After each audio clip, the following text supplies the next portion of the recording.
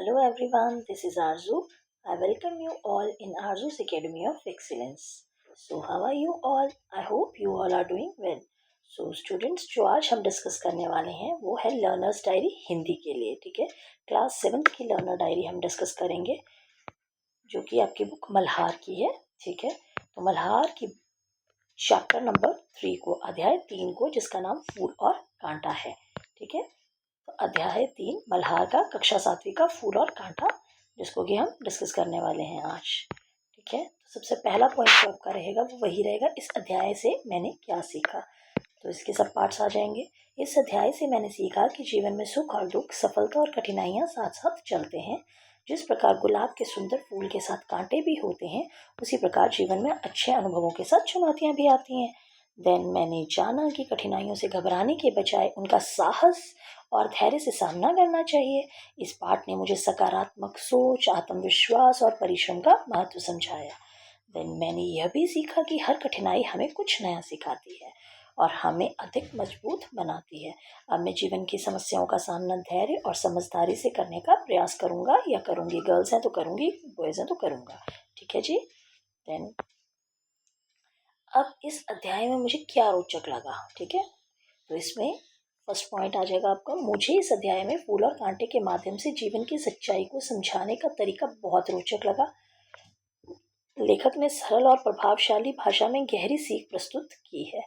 Then फूल की सुंदरता और कांटे की उपयोगिता का सुंदर वर्णन पढ़कर मुझे यह समझ आया कि प्रत्येक वस्तु का अपना महत्व होता है.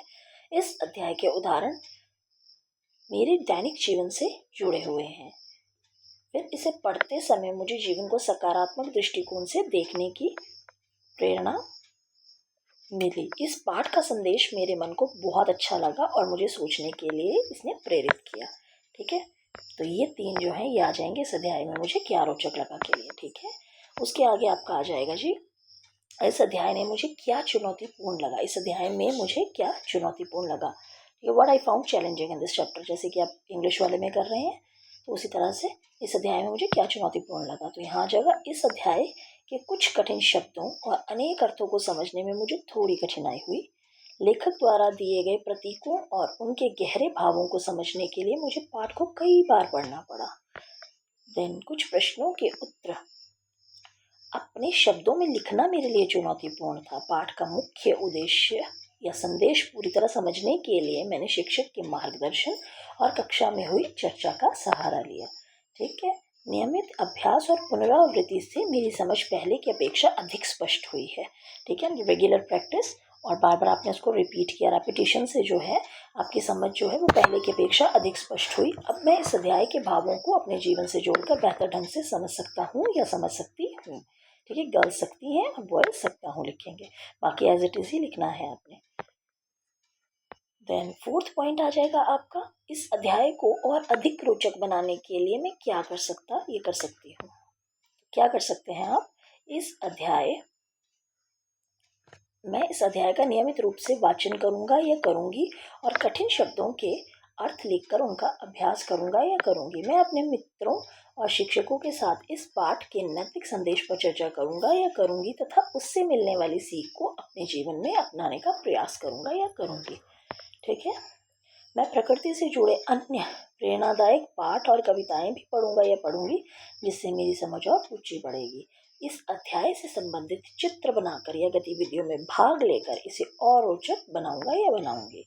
मैं अपने जीवन की कठिनाइयों का सामना सकारात्मक सोच और आत्मविश्वास के साथ करने का प्रयास करूंगा या करूंगी तथा इस पाठ की सीख को अपने व्यवहार में उतारूंगा या उतारूंगी. ये अंडरस्टूड है भाई. ये मैं 2 स्लैश इसलिए लगाई है, जो लड़के होंगे वो ये लिखेंगे इस तरह से, मैं इस अध्याय का नियमित रूप से वाचन करूंगा. ये स्लैश लगा के करूंगी करने की उनको ज़रूरत नहीं है. और जो गर्ल्स होंगी वो लिखेंगी मैं इस अध्याय का नियमित रूप से वाचन करूंगी. ठीक है, तो ये दोनों के लिए है. तो जो अपने अपने अकॉर्डिंग, जो गर्ल होगी वो गी लगाएगी, करूंगी लिखेगी, और जो लड़का होगा वो करूंगा लगाएगा. ठीक है, तो ये 4 पॉइंट्स जो थे ये आपके आ गए. ठीक है, थैंक्स फॉर वॉचिंग. मिलते हैं अगले वीडियो में. तब तक के लिए स्वस्थ रहें, मस्त रहें, हंसते रहें, मुस्कुराते रहें. थैंक यू, धन्यवाद.